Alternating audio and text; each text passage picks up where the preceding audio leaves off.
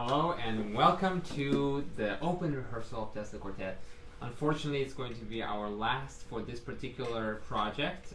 We are at the end of Bartok's cycle, unless this week someone will miraculously discover Bartok String Quartet number 7 somewhere in the library, and we'll have to scramble to learn it to play it next week. But we are at the end of this project, and it has been such a wild ride. And thank you so much for all of you who joined us for the interviews and for the open rehearsals. And don't forget, tomorrow, 7:30 live, we're going to be playing the 6th string quartet. Personally, my favorite. I don't know if my quartet agrees, but I really love this piece, and I adore it, and it's really, really, really special.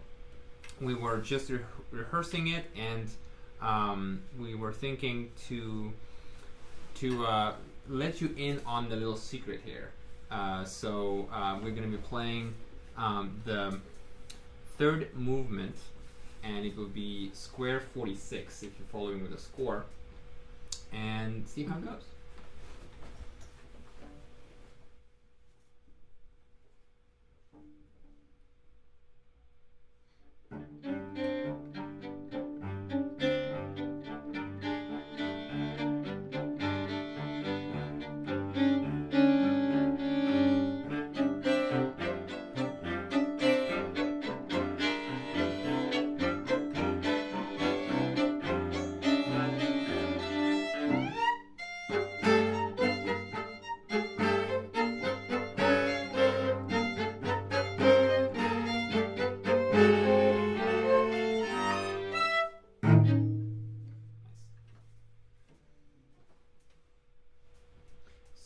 So here is the kicker. So actually, even if the music might sound like it's and 1 and 2 and 3 and 4, it's actually 1 and, so it's written on the beat. Yum bum bum bum.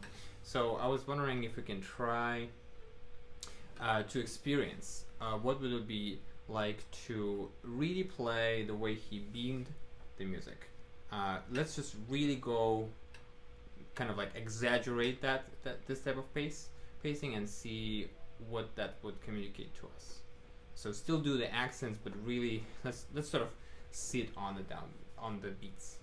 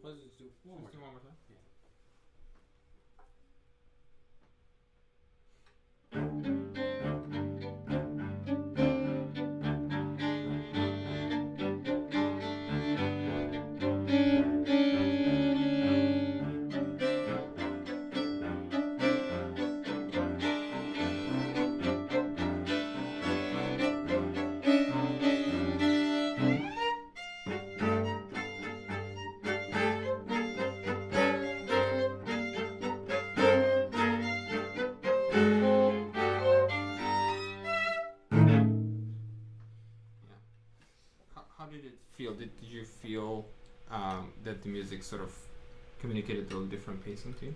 Yeah, I mean, actually, the funny thing is, you know, I had like a sort of, in my own brain, I had a preconceived denial of this, I knew I was going to not like it. Yeah. And then we played it, and I was like really like enjoying the difference. Yeah. And I was like sort of surprised. It surprised me that it would be so enjoyable and quirky, and to flip it like that, to flip my sense of it. I had a similar experience practicing at home this morning. I was just thinking, like, what if, and I was purposely practicing in that way, and I thought that we're losing something by, as you said, sort of like not really acknowledging where it is beamed. And I think we still can have the accents. We still can have the feeling of sort of kind of short long, but not necessarily thinking of them as like like too I guess too linear. Can we add the previous section? Yeah. So maybe go from 33.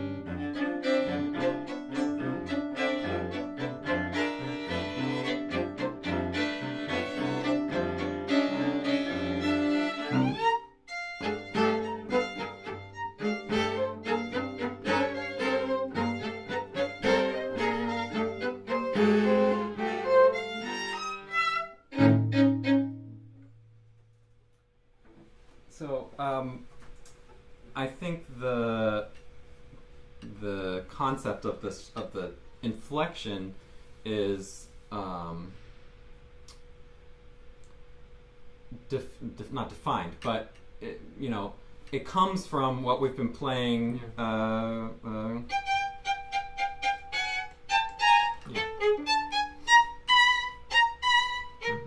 He punctuates the end of each phrase. So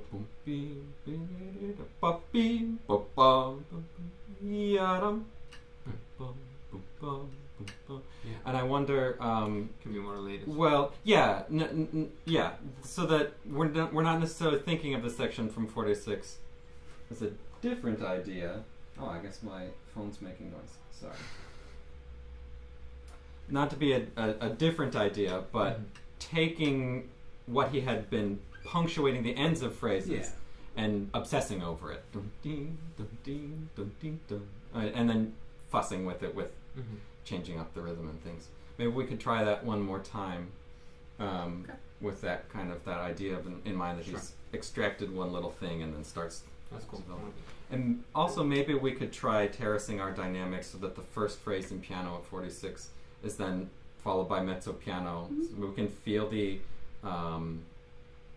intensification of, or the step up, or whatever, however we wanted to describe it, but that it sort of sounds like we're playing it kind of the same at the moment. Yeah, you were talking about like sort of if it can be meaner or something, right?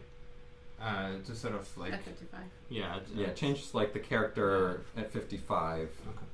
But I think definitely the piano and the mezzo piano, we can make these two statements a little bit more. You're just adding one on the voice. Yeah.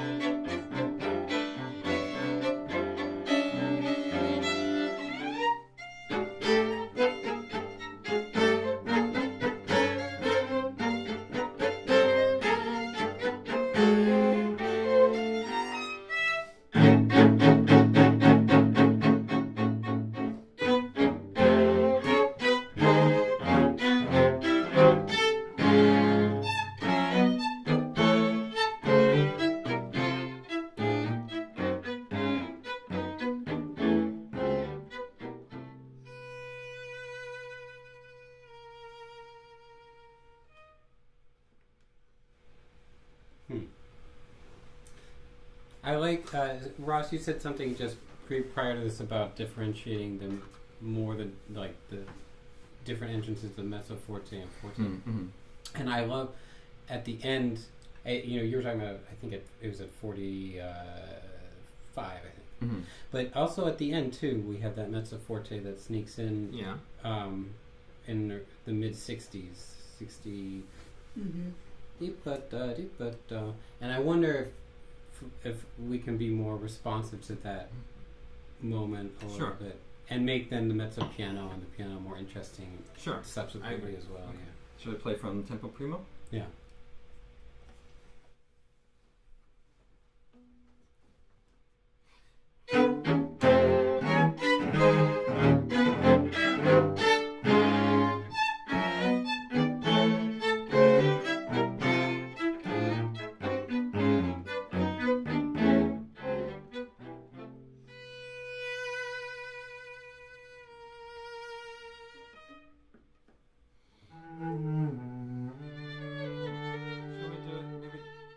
Just one more time and see if we can feel those moments of the dynamic changes even more viscerally. Yeah.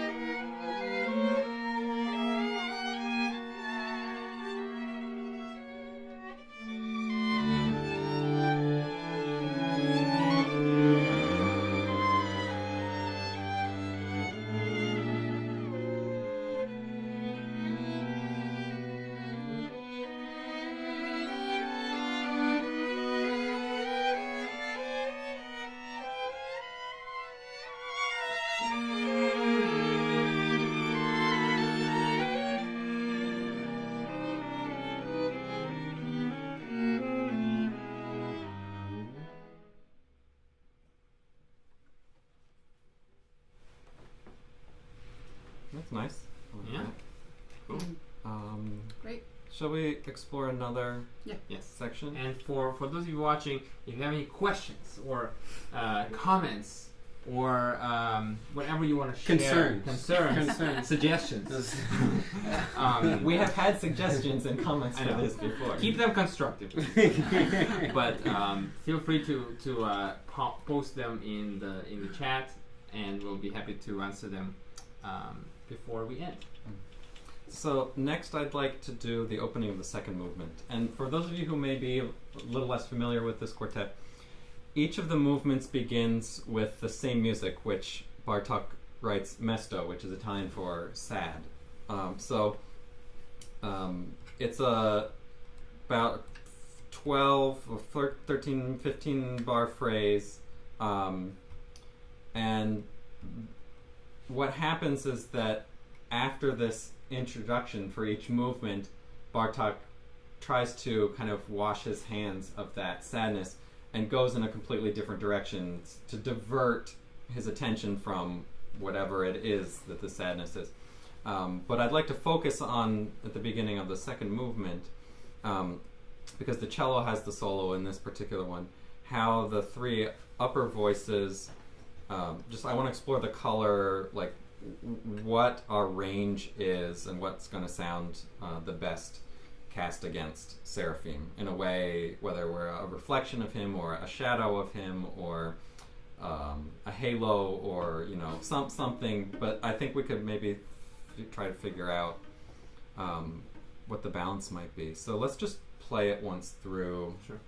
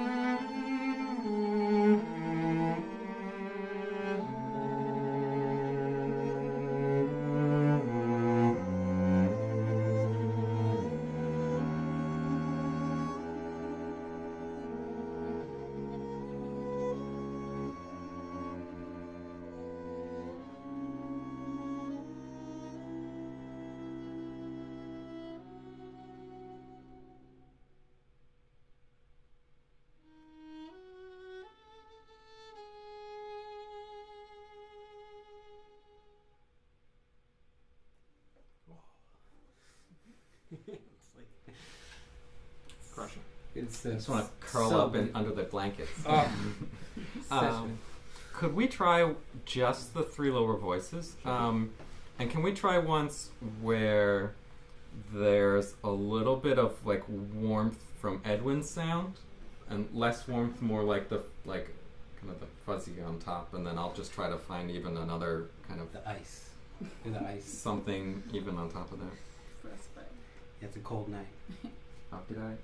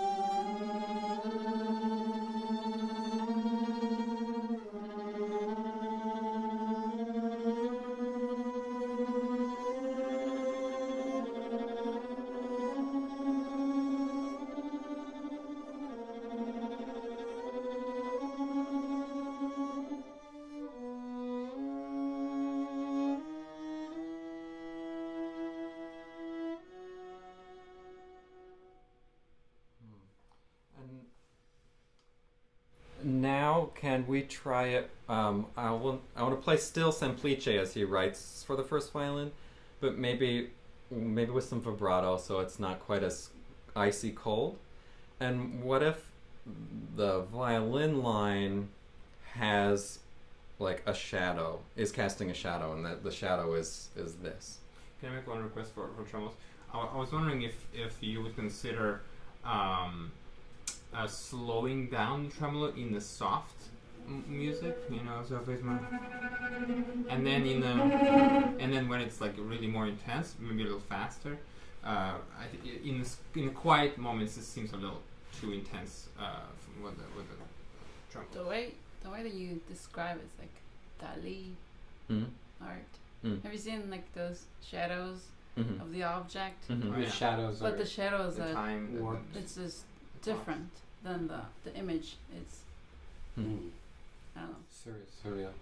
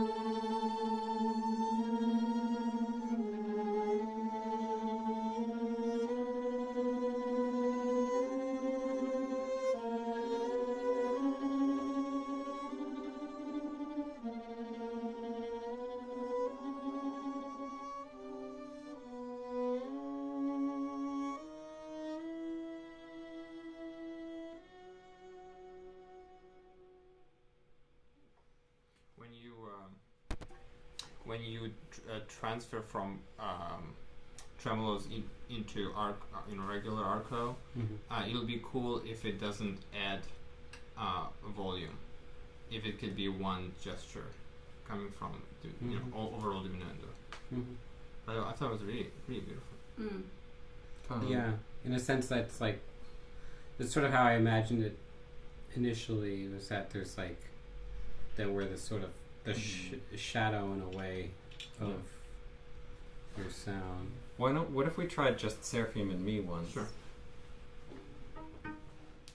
And Serafim is marked espressivo.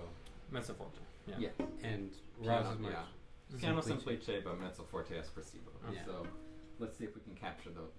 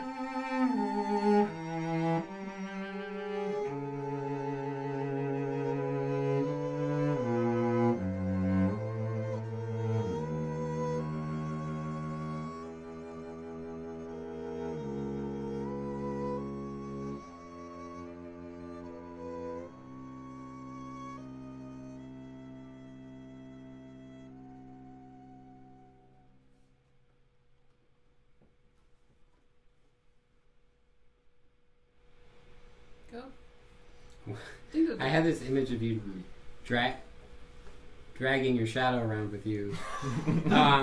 Like Peter Pan. A little bit like... except Peter Pan's shadow wants to get away. Yeah, but like... True. I know what you mean. There's a certain amount of, like, he's not, like, totally willing. Sure. Willing. It's like, come on. And you kind of have to, like, take this... Or it's like a monkey on your shoulder. Like, it's a burden. Sure. That... You're carrying this around, and this is like it's just eating away at you. Every time you say something, it like haunts you a bar later. Right. It's like that's so true. Yeah. And I do feel like this playthrough, it's almost like we've left it up to you to like kind of sing and like responding. And I wonder if you like had a relationship with your shadow there. Okay, sure.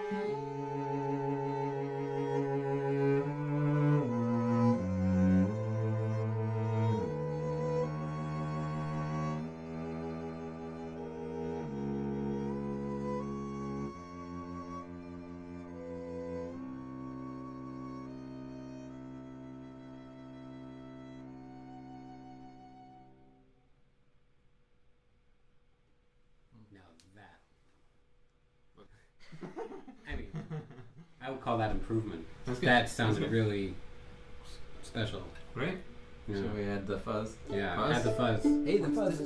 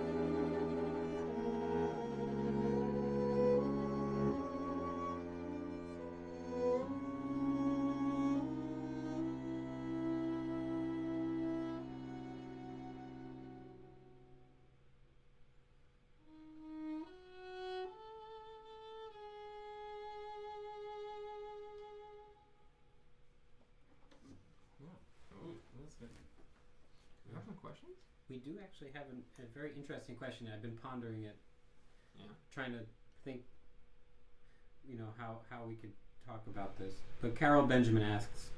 Oh, I know Carol. Hi, Carol. She says, fascinating to see your creative and collaborative process. I'm curious if you feel more cognitive analysis is required for preparing Bartok versus Mozart or early Beethoven quartet. And I guess my first question on the question is what we're doing now cognitive analysis, where we're coming up with imagery, or is cognitive analysis trying to figure out the theory of what Bartok, the theoretical aspects of his music? And I don't know one way or the other on it. I wasn't quite sure. Cognitive. I think maybe what Carol means is does music that is inherently slightly more removed from a traditional Western, like let's say the classical period, does it require more sort of thinking and sort of dissecting than maybe something that comes more naturally. And I think yes, but also Mozart can be as complex and as bewildering as Bartók. So that's a very interesting thought. In a certain sense, if Mozart and Beethoven were somehow required less an analytical approach, then you would think that it's actually harder then to talk about these deep issues of character and imagery, because maybe you're more on autopilot. Maybe without the cognitive analysis, you're just sort of playing what you think it should sound like just 'cause. But then you have to stop more often and say, are we really creating a character here? I mean, I think in Haydn, that's always the challenge. Like, Haydn is all character, right? And we've maybe sitting down to play it through, it's like, it's easier because we can just play through it from beginning to end. But then to like really create differentiating characters is almost more difficult in Haydn because we're so used to just playing it a certain way. Yeah. And I think also the way that like what's written on the page for us from the different composers is also different. Like Mozart might write forte at the beginning of the movement, and then he might write piano at the second theme. And you've just played 4 minutes of music, and the only two indications he's given you, that one is loudish and one is softish. You know what I mean? And so then we get creative by thinking of like how we want it to sound. But Bartók is like, on this, in the first violin it has to be piano semplice, and in the cello is mezzo forte espressivo, and then there's like 4 different types of accents, and then like what does the hairpin represent? Is it a crescendo? Is it just moving in a direction? Is it the more instructions it gives, I think, means that like we have to take in more information and process more information from that the composer gives us, literally, than what Mozart is giving us. And even Beethoven compared to Mozart is like 100 times more detailed, in terms of his intentions. So I mean, I think most of us are more exercised in music of Haydn, Mozart, Beethoven, rather than Bartók. The more you exercised listening and playing it, less recognizable cognitive activity going on, even though it's all happening. Whereas Bartók, you haven't exposed, and maybe we think things through. It's like a language. It's like a language that you refer sometimes to it as a language that you need to be able to speak, and as if you like is a language. When you're learning a language, you're engaging your cognitive ability more when the language is unfamiliar. But at some point, it becomes your second nature, and you don't even think, and you just say. You dream with it. Yeah, exactly. Another quick question that's relevant to this passage, asked by Henry Deutmann. Just wondering about the tremolo with only 2 people. Do you try to match bow strokes or avoid matching bow strokes? So, are you trying to create a sort of a kind of something that has a vague rhythm, or something that's as amorphous as possible?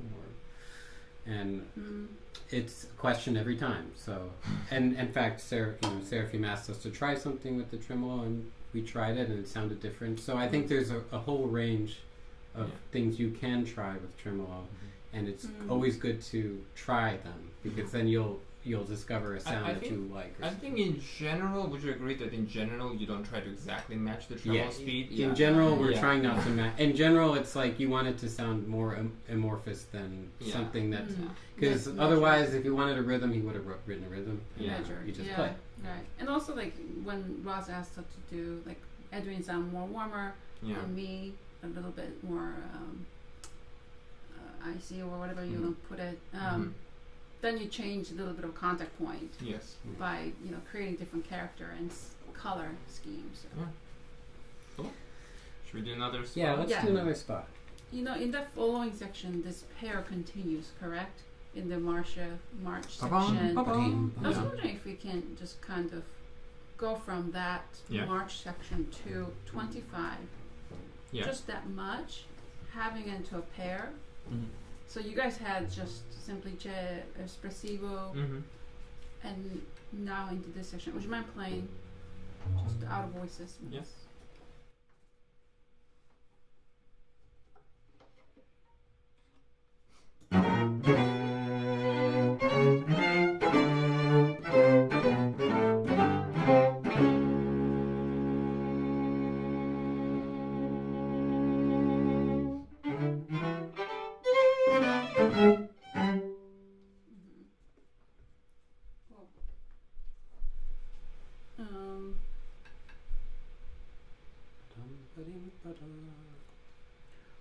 Where is your peak for this? Do you always just go towards the 25, or does that any ripples in between? I think there's a little bit of a peak in the third measure. 1, 2, 3, yeah.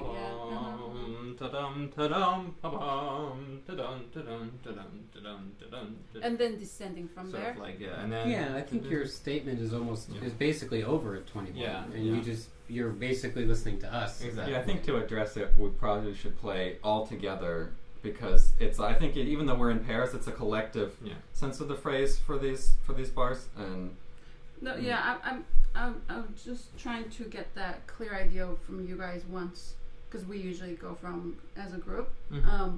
But what if you just really follow the contour? So when you get to the long note, it's not charged that much anymore. Okay. Da-dum, ba-dum, something brewing instead of activities happening, and then grow out of there. Okay.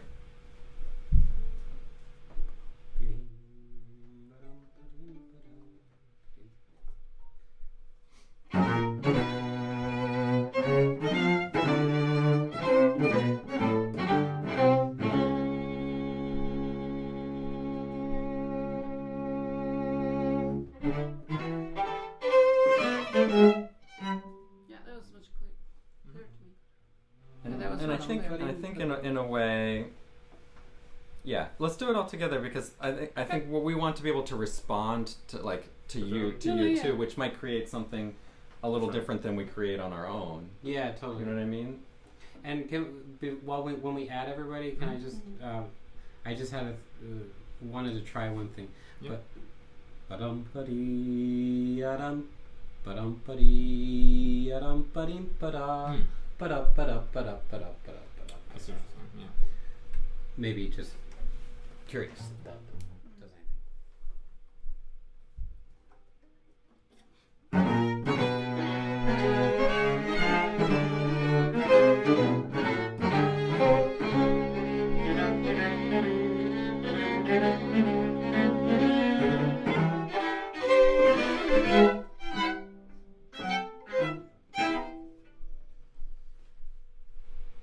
So I was just trying to get you to not to react to what we were doing, because it's too reactive in measure 21, 2, 3. And then 4 can just drop again. Because I feel like the musically it's kind of stuck, isn't it? Da-dum, ba-dum, ba-dum, ba-dum, ba-dum, ba-dum. Da-dum, ba-dum. Here, the measure 23 at the end. Then you decide to move on. But I think it's maybe too smooth. Yeah, but I think it sounds like we're going for something that's a little more passive, and I think the fact that he doesn't indicate for us to get out of the way with a marking, even though, as chamber musicians, we create the space for the primary voices to be heard. I do think that in order to get the drop that happens later, we need to be this long note, this tension on the long note, which I think we should be trying to create for you to struggle again. Tension, yes, but not reaction. Let's try.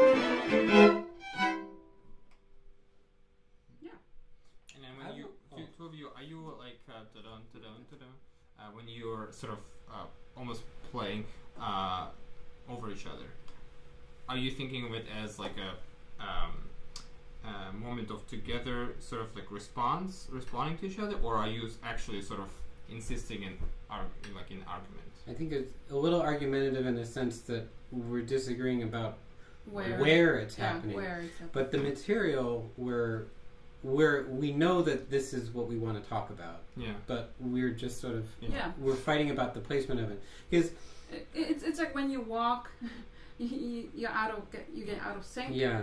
So like you don't know when the right foot goes when. So just keep trying and trying and trying. I want more of I want a little more of that sort of feeling. Mm-hmm. Maybe you are intending it, but it doesn't quite clearly come to us. I also think maybe the discussion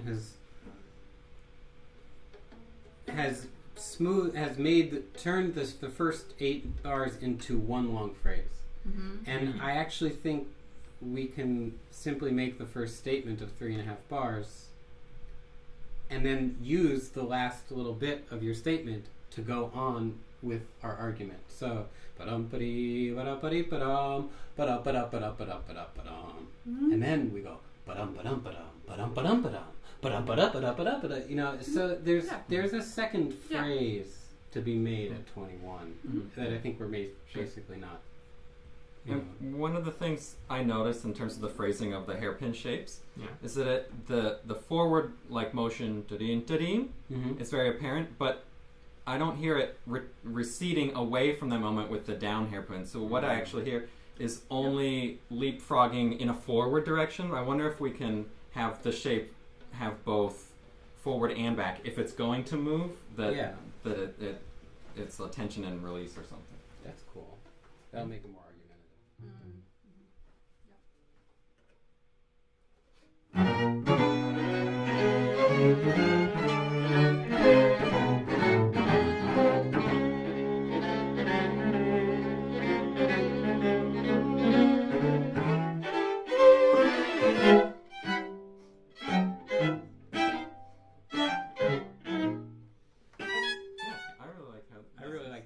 What's really cool is, and I just sort of, in terms of the responding to the argumentative nature, the moment that in 25, all of a sudden we start playing together.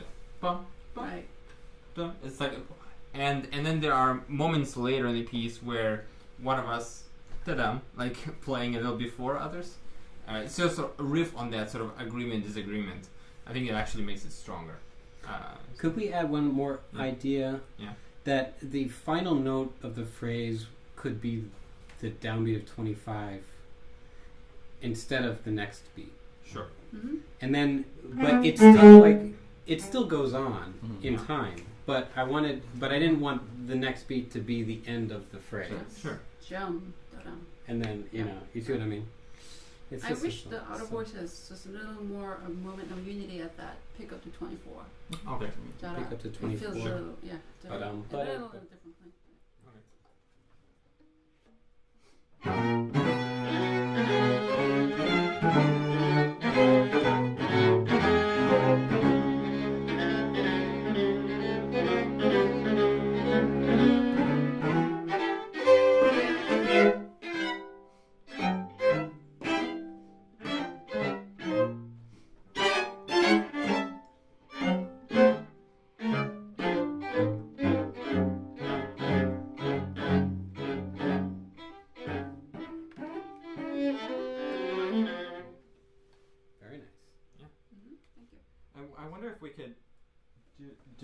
Explore, Edwin, what you were talking about here at 25 with the downbeat and then what happens with the second beat of the bar. What if that second beat is a reaction to so it's not a couplet in the sense that it goes from one to the next yum ba-dum but yum ba-dum yeah ba-dim da-dum. He does it again and then drops even more. So can we have the sense that they're connected by their response to each other, but not from just an overarching phrasing? Sure. Yeah. Very nice description. We can go from 21. Yeah, let's do that.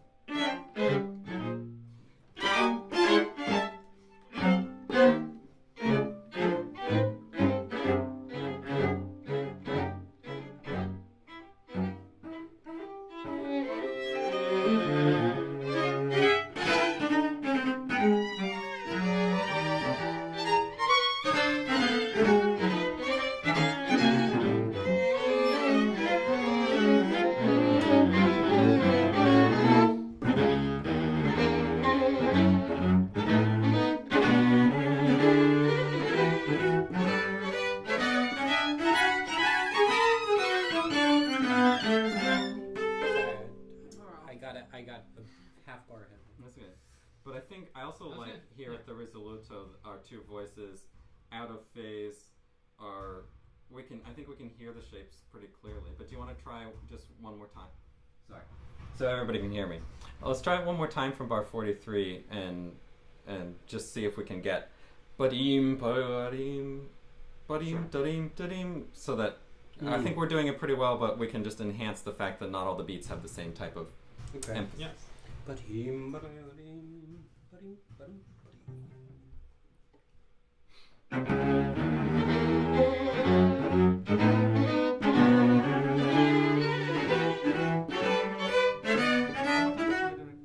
I did it again, the same thing.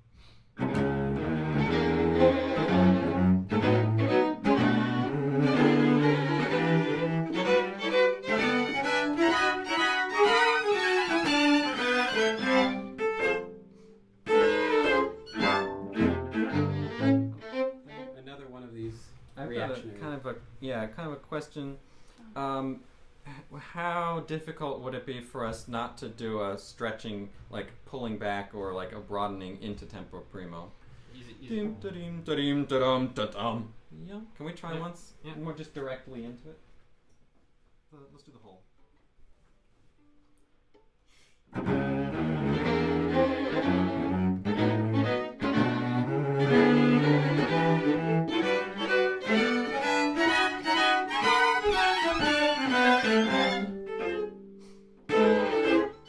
I'll play fortissimo, but oops. I missed that one. Can we do one of that for me? It's funny, like before the second beat was a reaction. Yeah, exactly. But this time, the second beat, you're I'm sort of insisting. insisting. Yeah. Yeah. It's fortissimo, fortissimo. Yeah, exactly. Yeah, okay.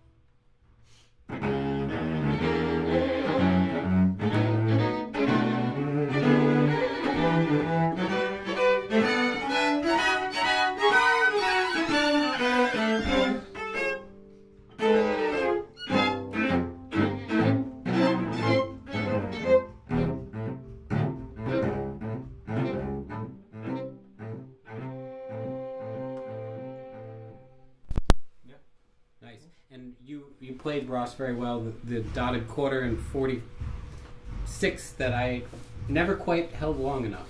I was just noticing that Yeah. we tend to get out of the way, but maybe maybe what we Yeah. can do in an unobtrusive way, Yes, I really not give up on it. It helps actually make the line like longer that way, connecting it.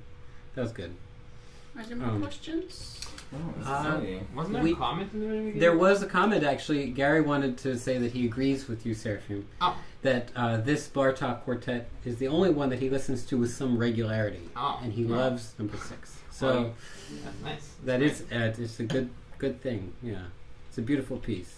Okay, I think. What if we end with just doing the And on a high note? of the beginning of the yes. Let's see the beginning after the mesto of the first movement. And this is something we had been working on yesterday, with the kind of stop and start nature of the music. That Edwin plays just like Serafim did in the passage we were rehearsing earlier. This long, slow mesto, and then we react to it with this very, he writes pesante, this kind of stern statement that's all in unison, and then he runs away fleetingly, just I wonder if we could try from the piumoso, and when we move on from the vivace, how we find ourselves trying to get into the movement, Sure. getting away from what we're afraid of or something, and then how does each of these steps lead us to actually get into a development of some kind? Where do you want to go until? Let's just go Maybe until 81. yeah, let's go up to 81.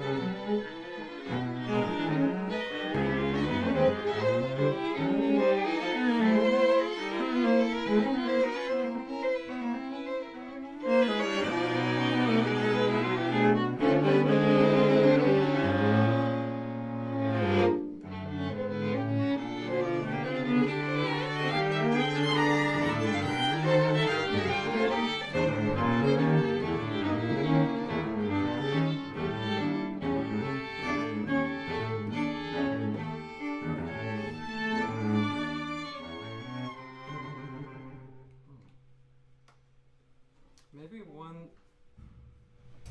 one thing we could try. I'd love to find a little bit more clarity in the texture from 36. Okay. When he starts to introduce the Sure. but among all of the voices, because it's quite dense. Yeah. Can we find what, like, maybe there's one element at a time that we want to hear most prominently, and see if we can just allow that to be highlighted, Sure. and take our How assume about, those That's assume those roles when they're ours and when they're not. Okay. Just about you want to write on Vivace? Hmm. Yeah. For me, that moment, the reason it's kind of crumbling at 36 is because we don't feel 35 together. Okay. Okay. So maybe it can also add to our agenda.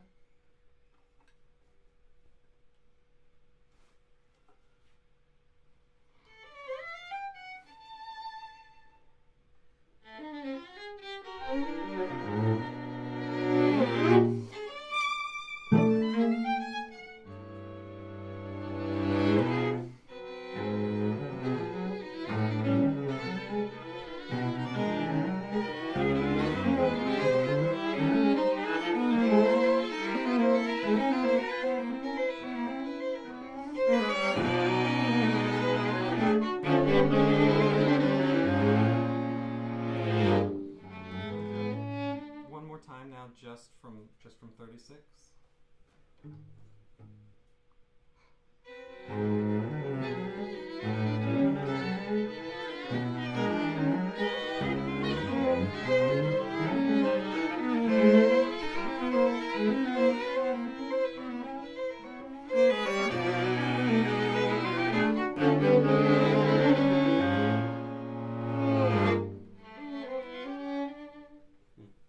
Maybe we give. Do we give up the? Do we give it up Energy. all the way too soon? Like Mhm. maybe saving it. So my forte is at after 47. Okay. 53, right? Yeah, 53. Yeah. And then even then, there's still two voices that are written in relief, and then there are two that aren't. Hmm. Yeah. So Yeah. even at the forte, we have to be transparent. Yeah. But also like measuring our dynamic always against where we want to ultimately be. Yeah, and I think transparency doesn't mean passivity. So I think while things are like everyone, I think really needs to be kind of contributing, because sometimes it feels like people who play the theme are active, and then other people might sort of feel a little bit more less engaged. So let's really feel engaged. 36. Yep.